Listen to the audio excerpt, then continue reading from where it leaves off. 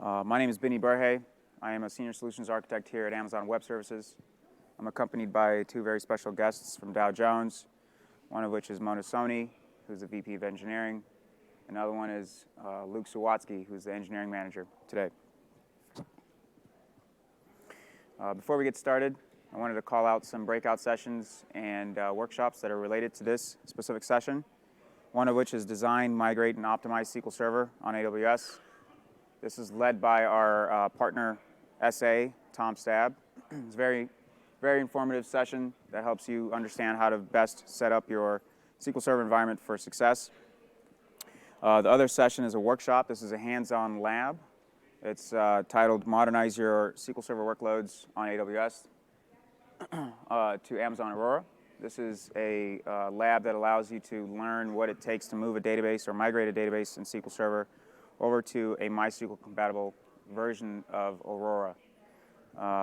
We have two deep diving sessions, one of which is a MySQL-compatible version of Aurora, and the other one is a PostgreSQL-compatible version of Aurora. I won't have the time to go as deep as I'd like with Aurora. This is an option for you to modernize your SQL Server workloads, right? So I'm going to go a little deeper into it. It'll be a lot more high level. And if you want to learn more, I would suggest that you attend those sessions. So for the agenda today, we're going to first level set what modernization means.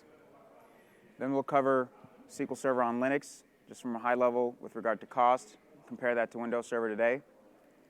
We'll talk about optimized CPUs and how that could help you optimize your licensing for SQL Server on EC2.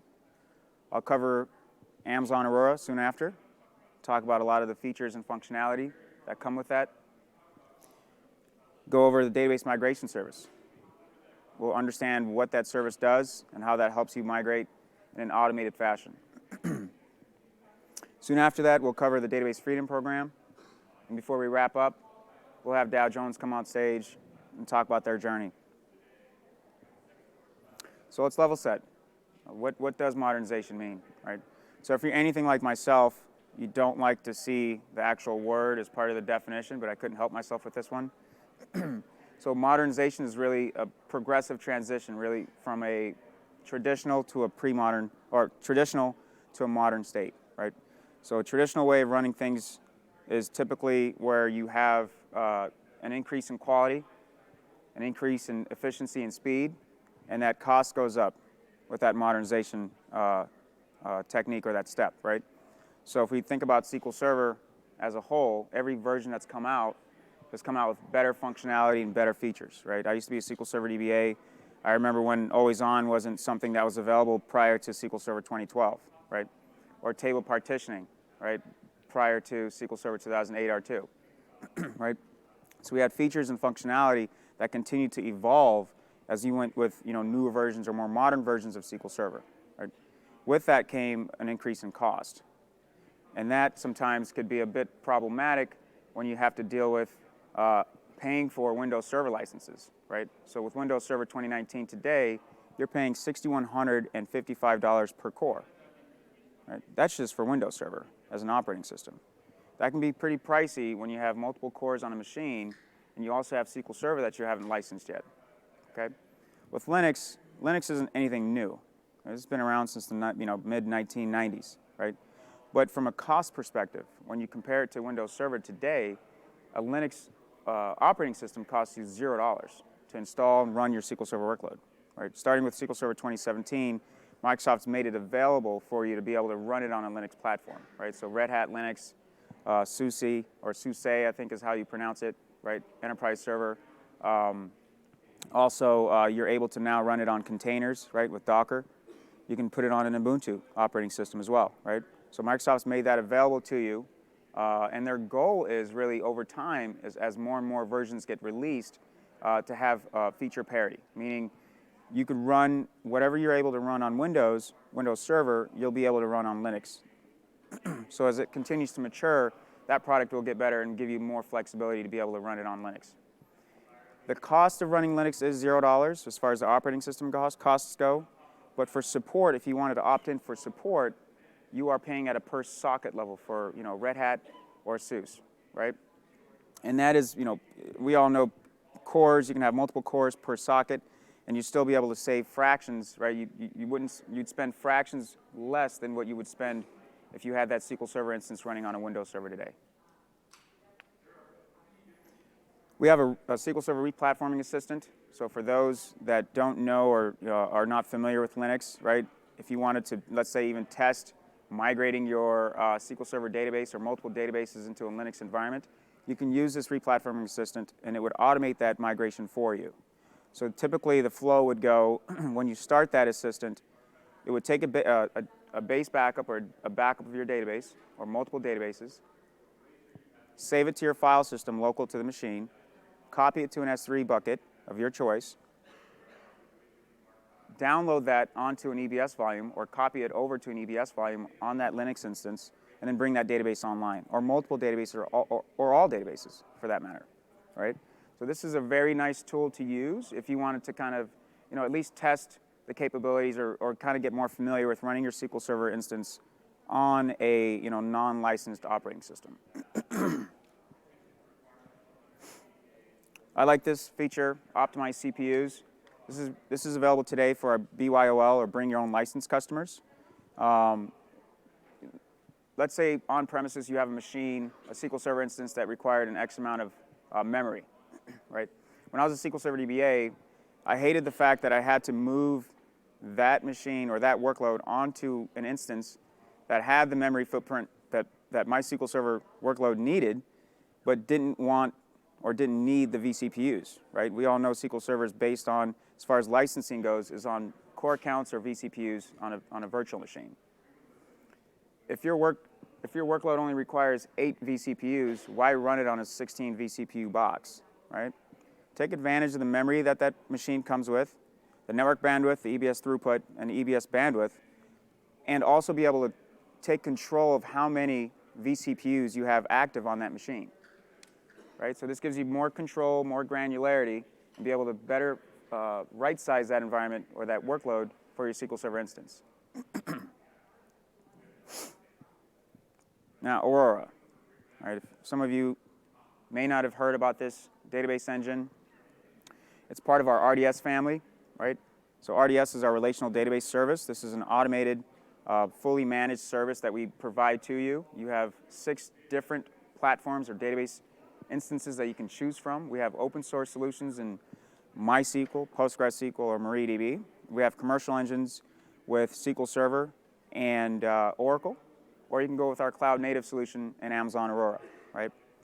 We have this service is, as far as your day-to-day needs go, it takes a lot of that day-to-day work that you're doing as far as patching, setting up your failover needs, right? Setting up your HA, scaling your storage, right? Storage is scaled for you automatically. You have push-button scaling for compute, right? You no longer need to really cut a ticket open for your server guys to be able to, put yourself on a better performing machine. You have a lot more control with this service. With regard to Aurora, before I can talk about Aurora, I kind of want to spend a little more time talking about SQL Server, right? So out of the box, SQL Server's got a rich set of tools, like features such as always on, right? Log shipping, replication, database mirroring, which is deprecated and will eventually be discontinued, but it's still around, even for SQL Server 2019 today, right? You're able to partition your data, right? Out of the box, it's just rich. It's got a lot of different functionalities. It's giving you a lot of different flavors of what you can do on a machine, right? MySQL. Today, with MySQL, you, out of the box, can't set up HA, right? You'd have to go with a third-party tool or a vendor in Percona to do that, right? With Aurora, what Aurora has done is it's taken a lot of the capabilities and features that commercial engines provide you and is coming to you at an open source price, right? With Aurora, you're saving, it's 1/10 the price of what SQL Server is today when you compare it to just a like for like. With regard to licensing, Aurora doesn't require you to buy a license, right? It's distributed with regard to storage. And we're going to talk about that in a little bit. I have an an architecture where I'll be able to explain that a little further. It's a fully managed service, right? It's part of the RDS family. I talked about that a little bit. It's native to the cloud, making it very simple for you to use. And you can integrate services such as CloudWatch, right? Identity and access management for any security needs. You can use Lambda, right? If you had any procedural code that needed to run outside of that instance. If you look at the bottom half of the screen, the storage nodes, those boxes you see are storage nodes that back and support that instance that you have running. You know, whether it's a Postgres compatible instance or Postgres compatible version of Aurora, or if it's a MySQL compatible version of Aurora, right? These are hundreds of storage nodes, sometimes even thousands of storage nodes that support your instance. They're striped across 3 availability zones today, right? And they're carved, giving you 2 copies of your data in each availability zone. If you have workloads that require you to be, to have a different site, or a different region, for instance, right? If it's mission critical, you can go with our Amazon Aurora Global Database, right? And as of recently, we're now able to have different sets of read replicas in multiple different regions. And those regions, or those read replicas in those regions, are behind by less than 1 second, right? And you can fail over to any one of those regions if you so chose. If you lost 2 availability zones, or let's say, I'll start over, if you lost 1 availability zone, and you have 2 that are live, you can still run your reads and writes from that database instance. If you lose another one, you can run reads, right? Or you can fail over to your other region and continue running as you were.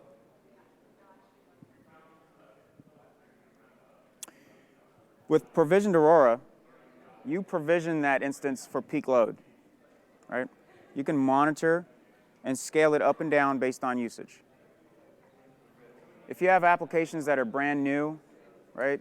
If you have applications that are perhaps spiky or inconsistent, you can go with Amazon Aurora Serverless. This will scale up your workload rapidly and gradually scale it down as less and less requests come in, right? Meaning, if you have no more requests coming in after a certain amount of time, that compute is shut down. It's shut off completely. You no longer incur costs on the compute. You have the storage that's still backing your data, right? That's still supporting the data. You'll continue paying for that, but then you at least don't pay for the compute. When we think about database health at a glance, right? We have CloudWatch. You can leverage CPU metrics to make decisions on what you want to do next about your workload. We have memory metrics. We have reads per second, writes per second, a lot of latency-related metrics with regard to queuing, right? You could leverage our Amazon CloudWatch logs, right, that give you audit information, error logs. You can take all of that information and put it into a centralized log store. We also have enhanced monitoring. Now, these are additional database-level metrics that give you up to a 1-second granularity, right? If you don't have monitoring tools in place, right, you could use a tool or a service called Performance Insights, right? When I was a SQL Server DBA, I was fixated literally on figuring out who was running what, when they were running it, right, what host it was coming from, right, and the wait type that was incurred. When there was a performance problem, I wanted to know when that happened, who did it, and why they did it, right? This gives you a glimpse as to when or what happened. This is today available for both MySQL and PostgreSQL compatible versions of Aurora, right?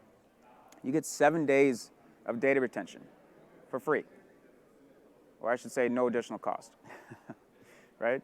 You get up to 2 years of data that you can retain. These are metrics that you can retain for future use, right? Database cloning. I don't know how many SQL Server DBAs are out there right now, but when I was a SQL Server DBA, I had databases that ranged anywhere between 800 gigabytes to 12 terabytes, right? Taking a copy-only backup because you needed to refresh it in a QA environment or a non-prod environment would take some time, right? Whether it's in some SMB share somewhere that you needed to restore from, or if you needed something a lot more current, taking a copy-only backup was probably your only real option from production. right? You didn't want to mess with the log sequence numbers. Whatever the deal is, it's going to take you some time to back up. It's going to take you some time to copy. It's going to take you some time to restore, right? It may take hours. With database cloning, it takes a few minutes, right? You can have up to 15 of these clones, right? And if there's no data storage difference, you pay nothing for that clone. You can use that clone to run benchmarks, right? You can use that clone to run your QA or test workloads against, right? If you had a bug, if you wanted to use it as a point-in-time snapshot of your data, right? You wanted to read from it, build reports off of it, right? If there's no data storage difference, you pay nothing. You can have up to 15 of these clones. And again, it takes a few minutes for a clone to spin up, right, and to use. And this is also available for both MySQL and PostgreSQL compatible engines of Aurora. Backtracking. Again, restoring a SQL Server database would mean you'd go to a file and you restore from that file, right?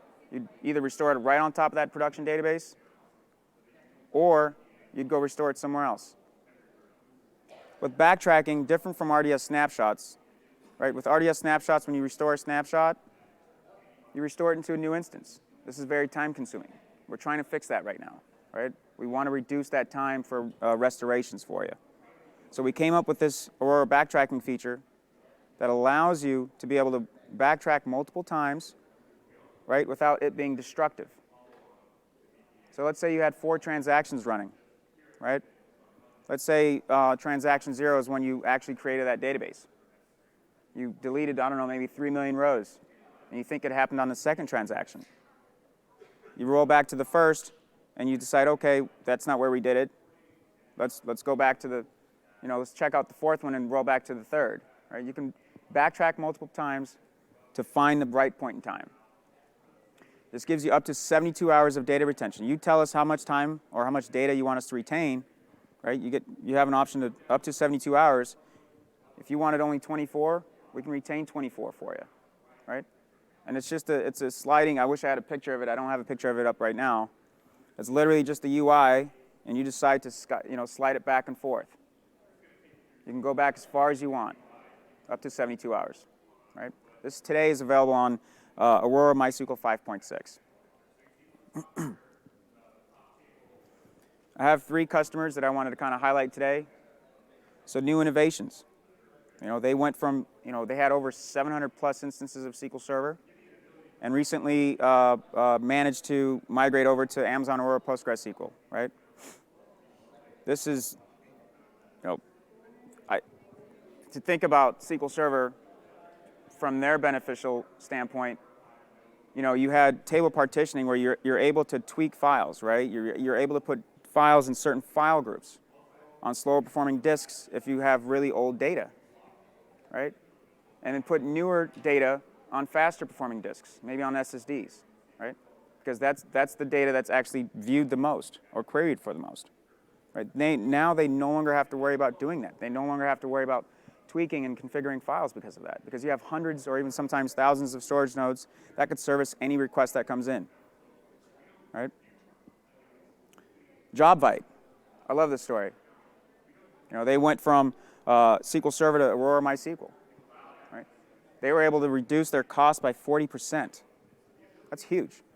They're able to respond to customers up to 40% faster, right? They had a monthly database maintenance task that took their application down for 3 hours.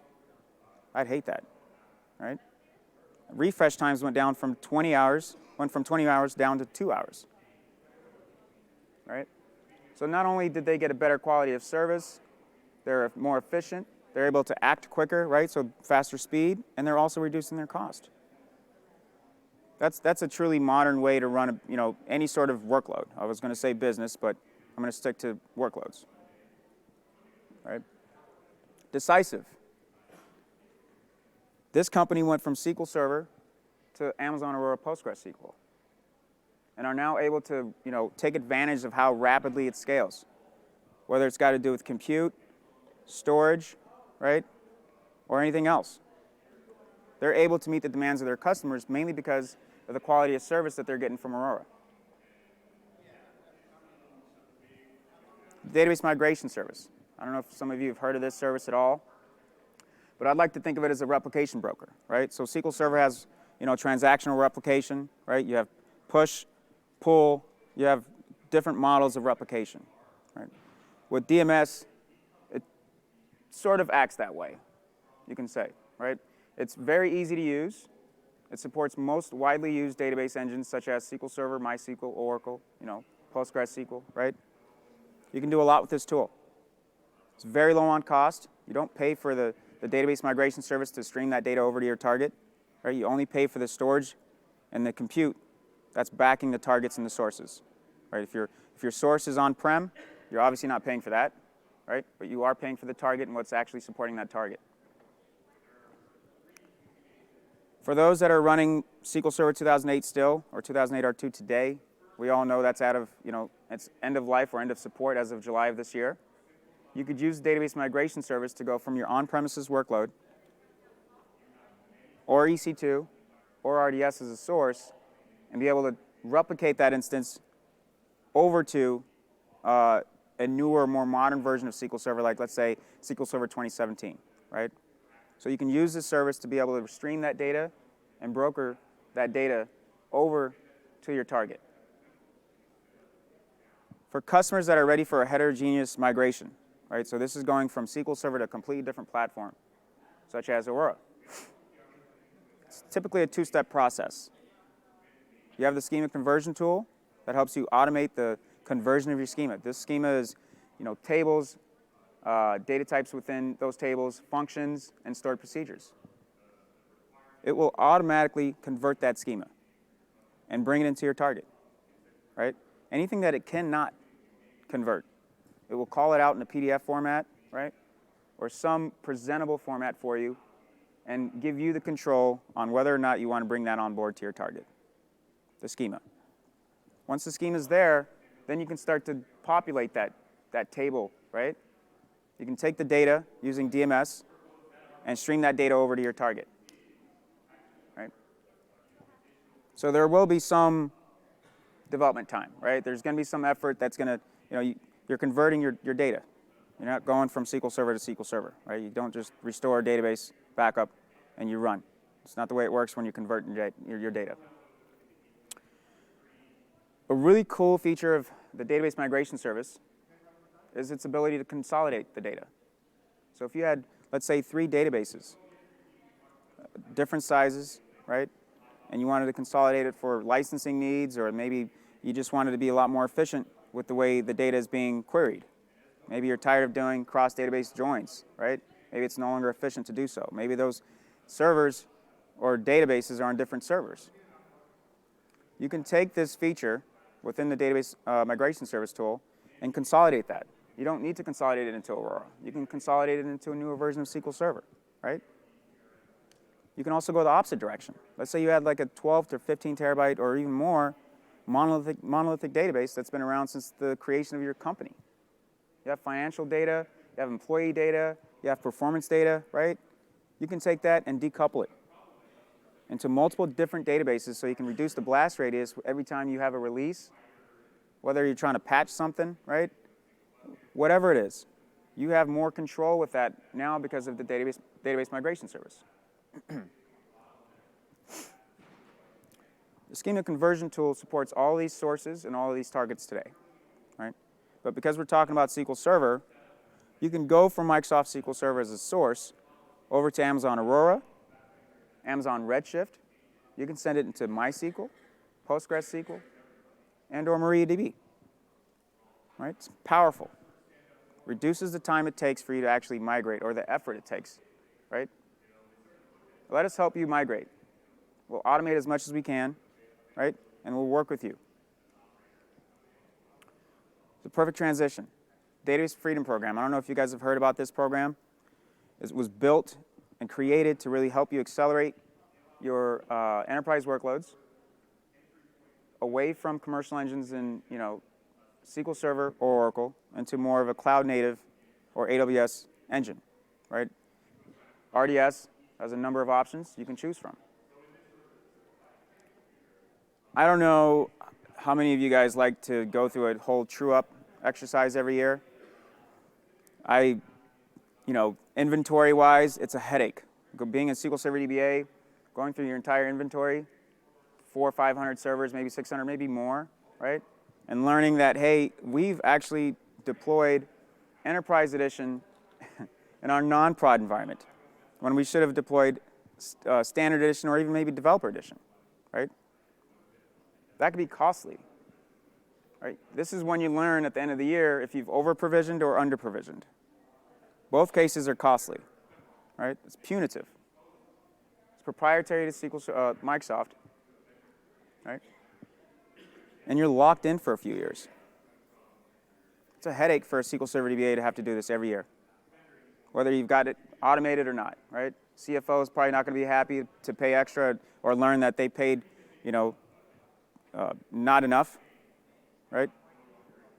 You don't want to be stuck in that situation. With the Database Freedom Program, to talk about it, I can go over really 3 high-level things, right? We're able to take advantage of the innovation here at AWS with tools such as the schema conversion tool and the database migration service, right? So these help you really migrate in an automated fashion, enabling you to reduce the manual effort it takes to actually do the migration, right? We have experts on hand, solutions architects, systems integrators, right? We have partners you can leverage, very knowledgeable people. If you didn't want to go that route, you can leverage our migration playbooks. You can understand some of the best practices that go around that actual migration. Right? These are play-by-play steps that help you get to where you want to go. We also have POC and pilot credits. Right? We incentivize that migration by helping you pay for a lot of that legacy licensed product, like, for instance, with SQL Server. Right? We'll try to make it easier for you financially. We'll try to make it easier for you with regard to documentation and experts, right? And leveraging some of our innovative tools that we have today. And without any further ado, I'd like to welcome Mona, who's going to talk about their journey. Thank you, Beanie. I hope you guys can hear me. Yep, cool.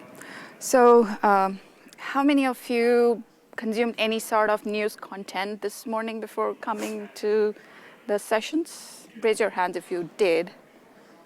Oh, that's good. Like, I didn't have that much expectations given this is Vegas, people still caring about news. How many was that in a print paper? None. You guys lived up to my expectation. Thank you so much. So we are Dow Jones, the parent company for Wall Street Journal, MarketWatch, Barron's, Factiva. I have my WSJ and MarketWatch colleagues here in the audience. Thank you so much for coming. So we publish all this information to all our consumers and people, our customers on the professional side. And yes, we also have the print editions for WSJ, for Barron's Magazine, and many other things because our customers still are interested in print. So one of my teams is responsible for serving all the market data that you see on all these websites, and that is a platform that has been around for more than 20 years. So we once had, Dow Jones had the Dow Jones Index, so a lot of that infrastructure is from those times. We although sold it a couple of years ago, but still the platform that serves the market data on all these websites is still around. So for about around 2 years ago, we started to get on our own modernization journey to move these systems into the cloud. But that was not the biggest priority. This team, as you can see, it was an old system, it has complexity, we were still serving print, so they had other priorities. So we started it as a small effort, as an incremental effort that will start few things, and we'll see how far it takes us to get it complete. But about more than a year ago, our business started engaging with some of our partners to see how they can get into an engagement and also an opportunity to reduce licensing cost by changing our providers for market data. So all the data that we get from indexes is served through a provider that we get through feeds to this platform. So, but that would mean the engineering team that was focusing on their regular work as well as moving into the cloud, and leave all of that work aside and just prioritize the moving to the provider. But the other challenge was, like from our previous experience, to do this kind of effort, we needed almost 2 years and almost double the size of team that we had at that time. But this time, we were given exactly a year. So May 2019, May 31st, 2019, would be the end of licensing agreement with the current provider. So that means if we didn't change to the new provider by that date, all the data would go dark on all the websites that you saw. So timeline was a very, very critical piece here. And the team had to decide that do they continue their modernization journey along with this provider switching project, or do they switch from on-prem to on-prem?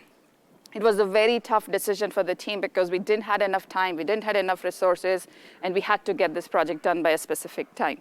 So the big question was, like, should we continue to move into cloud, or if we stop that effort completely? So to decide that, we let's not just decide like this or that, like we didn't want to do a coin toss there. So let's come up with the success criteria for this project. So we came up few points that specifically called out that like on-time delivery was very, very important for this project. We wanted minimal disruptions to our customers. So as you have seen, that all the data that is being published there is used by our customers to make their own decisions around their stocks and shares, and we didn't want our customers to make wrong decisions based on the wrong data. So accuracy was very important. Like, if something goes wrong on the website, you can go ahead and change it, but if something goes wrong on the print paper, we didn't want our print plan to go and, like with the marker, change all the data. Like, that's impossible. Like, you cannot do it with millions of copies. So it has to be accurate. And as we talked earlier, like the whole premise of this project was to reduce costs. We couldn't say that like, oh, give us hundreds of resources and we'll do it on time. That was also not possible, both from a cost perspective and even from a ramp-up aspect. And optimum resource utilization. We had a handful of engineers, so we had to be really smart on how do we add more resources, how do we take help from either from our vendors or either from the other teams that had some experience and some other thing that they could help with. So based on these aspects of the project, we decided that yes, we would move to the cloud, but there has to be a full, complete strategy around this. So here we were on-prem, we had to move to the cloud and also to the new provider within a time frame of 365 days. So how did we do it? So I have engineering manager of the market data team, Luke Savatsky, with me, so who's gonna go further deep into all the things that happened, and ultimately we'll see how it went at the end. Thanks, Mona. Before we get too much farther, I just want to kind of give you a sense of what we were dealing with, what our infrastructure looked like before we started this. So we'll start here. We have 5 different data providers. These are real-time, up to the second when the markets are open. These feed processors are processing thousands of messages a second. If there's a big market event, that can spike up to 3 or 4 times that amount. So we have now all these applications below that. These are now processing that data. This is real-time, up to the second data for all of our markets, all the symbols we care about. And then just focusing around our SQL Server database that we had is the rest of the end of day. This is end of day official pricing. This is symbology. If you ask us for a symbol, we need to know what that company is, what the prices are. It's more complicated than we would think. And then finally, we have our customer-facing APIs. And these range from reporting, generating XML files that are enabled to go to the print and able to be printed, our charting application, any of the charts you see on WSJ or MarketWatch, to a service that's real-time updating. If you're reading a story about a company, you can see what the current price is if that company is trading.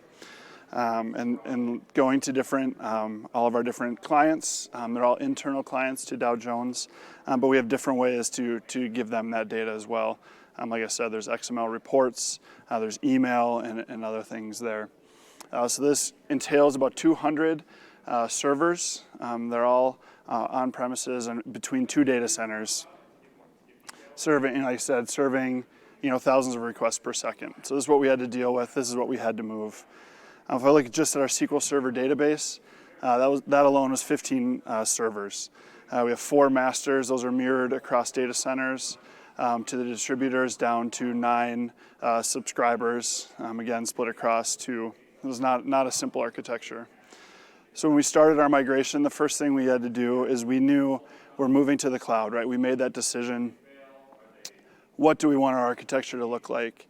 We sat down with our architects, our engineers, and we wanted to plan what is our ideal architecture. What do we want as Dow Jones, as the market data team, what do we want our architecture to look like? We said we wanted everything to be in .NET Core. We wanted to make that change. .NET Core was where kind of Microsoft is spending their time. We wanted to be on that cutting edge. It would also allow us to go into Docker containers. We talked to our security team, right? And they said, we can't store our database passwords in our config files anymore. We probably shouldn't have been doing it anyway, but we were. They said we couldn't do it anymore in the cloud. So we needed to find some solution for secure password storage. As a team, we decided a full CI/CD pipeline. Before, we were sending our zip files to our EOC team, and they were doing deploys for us. We wanted to automate that process and make it a lot easier when we're moving to the cloud. We looked at Aurora. We decided that we wanted to move to an Aurora database. We didn't want to manage our own instances. Beanie talked about all the great things about Aurora. We wanted to use that. We also, along with Aurora, we wanted to use all other native AWS services. We wanted to be using Elasticache. We wanted to be using SQS, and really focus in AWS and make our architecture. Mona said it was 20 years old. We wanted to make it modern. We wanted to use Amazon to do that. So this is our ideal architecture, right? And we knew we had a year to do this migration. If we were going to do this to all 40-some applications that we had, we wouldn't hit our deadline. So we had this picture, and we kind of threw it away, right? We knew we had to hit our deadline. It wasn't an option. So instead of .NET Core, we went with .NET Standard. We didn't have to do any upgrades. We didn't have to do anything like that, but that locked us into Windows EC2 instances. And we were just going to have them up running 24/7, just like a Windows server on premises. We were just going to utilize that as well.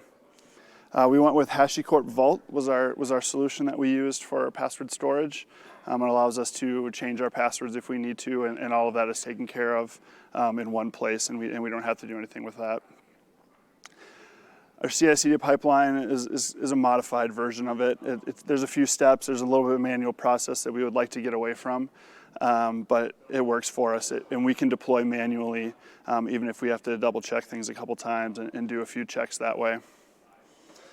We decided to go with an Aurora database. So instead of a Microsoft SQL Server, we wanted to move to Aurora and MySQL. And I'll talk a little bit about that later. But besides that, we didn't really have time. We didn't feel like we had time to do anything else. There's limited AWS services beyond that. And I think using this model, it really helped us in our migration. Right, we're not, when we planned our ideal architecture, and now we can make incremental steps to get there. We knew we had to do this because we had the deadline, but now post-migration, I think this is a good model. Even if you don't have a tight deadline, I think using something like this helps you move faster, right? You can take less risks. You can get everything in the cloud. So we're off of our data centers. We're in the cloud, and now we can take each of our applications and kind of pick it and do some of the development, adding in some of the AWS features that we want, and redeploy it. We don't have to worry about the whole stack. We're kind of already there. I think this would be a good model, even if you're not tied up against a deadline. So as we're doing the migration, right, the database is the main thing we need to migrate. Beanie talked about it. He made it sound really easy. It may not be quite that easy, but it was close, right? So it's the same 2 steps that he talked about, right? We run this schema conversion tool against our database, and you get a report. These stored procedures don't work. These columns are the wrong data type. They can't convert. And then we had our developer go through that and rewrite stored procedures, rewrite the tables, and then we could deploy our new MySQL database. And once we had the database there, obviously we need our data there as well. So we did that in a few different steps. The first step, as Mona was talking about, kind of the previous migration that we were working on, we used this continuous migration of our entire database. So you're able to install DMS on a server on premises and migrate that data continually. We found there's about a 5-minute latency, which is perfectly fine for our use case, and that data would get to the cloud for us, and it would be updated continually. About a month after we started the project, we stopped that service. We brought up a new cluster, and we did a one-time migration of the entire database. So it was just a point-in-time migration, and that way we could use our new applications that we were starting to put in the cloud to update the database. And doing it like this, we were able to kind of parallelize a lot of our applications, have different teams working on different parts of our architecture, and move faster that way. And about 6 months before our deadline, we knew we had contractual obligations with our old provider that we couldn't move all the data, or we couldn't keep the data after our deadline. So we did one final step with the DMS. We migrated select schemas. We selected the schemas we knew we had the rights for, and we forgot the rest. We migrated that, and now we have our current production database with our old data that we had. So if we look at what our architecture looks like now, it's mostly the same. Like I said, we did a lot of lifting and shifting. We have less providers. We've consolidated our providers, but our intraday systems they're mostly the same. And the end of day now center around an Aurora MySQL instead of SQL Server. We did leave a few applications on premises just to speed up our deployment. There were services that we didn't need as much, or they were on the periphery. We were able to do that. So just to hit our deadline, we left them there. The final step, getting that data to the clients. We ended up installing a service called Nginx on our local boxes. And so our clients were then hit our local boxes just like they always had been, and we were manually forwarding that traffic to the cloud.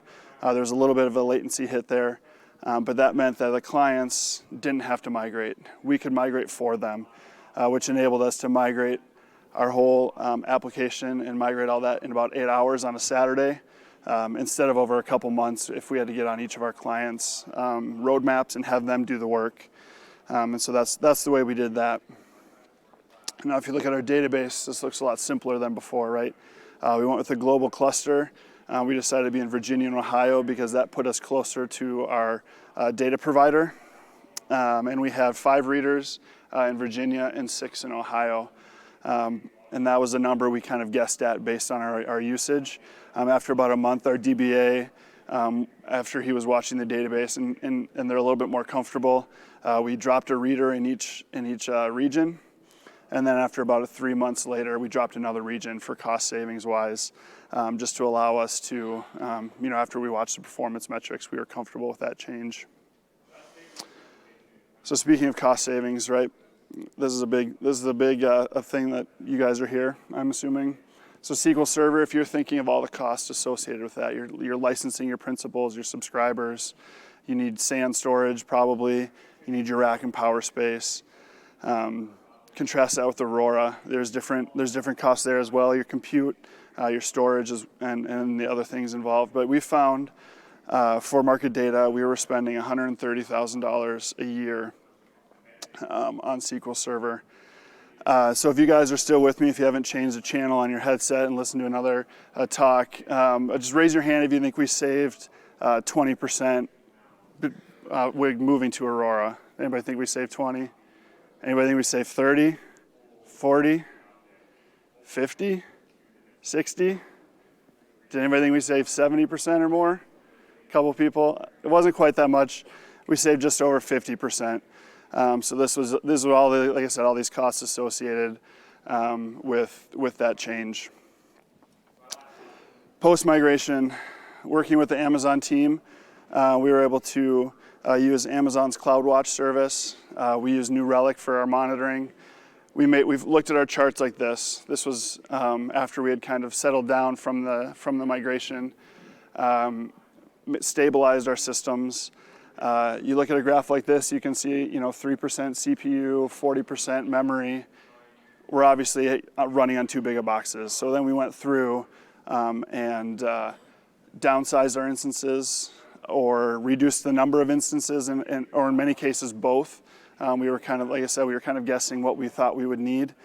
And this was a fairly simple exercise, and Amazon helped us a lot with that. And just doing redeploys, we went from spending about $17,000 a week after the migration down to about $10,000. And some of the blips there is when we started utilizing more Amazon services. We started using Elasticache. And so we're deploying more things in the cloud, but also reducing our costs. Some of the lessons we learned, I think, through this, everyone hears it, right? The more services, the better, or the more separate your services, the better. If you have interfaces, if you have things talking to other services and not to the database, if you remember from our architecture slide, there's a lot of arrows pointing to that database, which meant we had to make changes in a lot of places. So we had to rewrite the data layer on a lot of applications. If you can separate your services, that's a lot better. And then testing the data as soon as you can. We wanted to make sure our data is accurate, right? We're publishing in the Wall Street Journal, it's America's most trusted newspaper, and we want to keep it that way. So we want to make sure our data going to the paper is accurate and is correct. So there was a lot of times where we would work with our QA team closely and say, hey, we're confident about these columns here or this set of data. We're not confident about this. And they can have that. They can test the things that we think we're right and tell us if we're wrong and that data is not correct.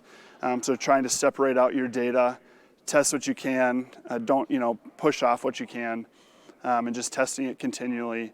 And doing that really helps speed up and find those errors sooner. I'm going to turn it back over to Mona here to wrap us up.